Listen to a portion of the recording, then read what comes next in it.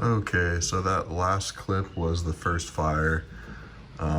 Everything looked and sounded okay. Had a couple leaks, but they're from easy areas to get to. However, there was a catastrophic issue. The head gasket apparently did not seal right when the shop I got it from put it on there and mated the head to the block. So there's coolant getting in the oil. There's nothing visible, but it literally just smells like straight coolant when I pull the crankcase cap off. So I'm actually gonna part this out. I'm not really disheartened, but I would rather be racing. I'd rather have something close to ready to go that I can just get on the track, because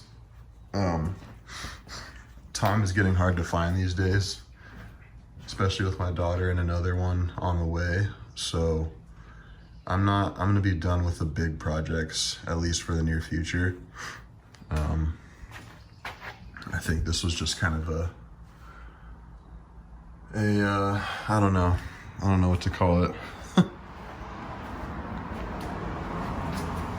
But yeah, I'm gonna part it out. I already have most of it sold.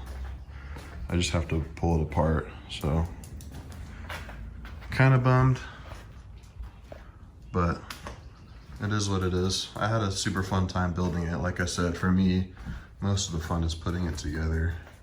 I was just hoping I would get to throw this on the track, but it doesn't look like that's gonna be the case. Yeah. I'm actually not stoked to pull this apart. But, you know, it is what it is. Life goes on. I'm not really that bummed, I'm just tired. I just got back from a trip to Bend for my stepdad's 60th.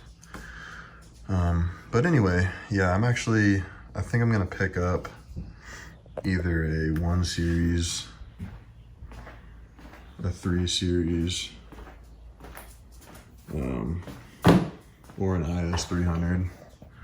So like an e82, an e90, 330i, and that'll be my kind of starting point, which will be nice because it'll have AC and it's a little newer, less quirks.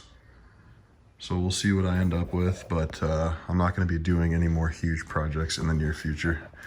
At least no shell to full race car type shit.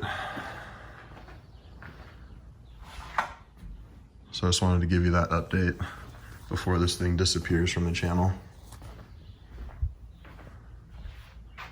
But yeah, if I have anything else, I'll update the video, but I'll see you next time whenever I get whatever else I'm getting. Later.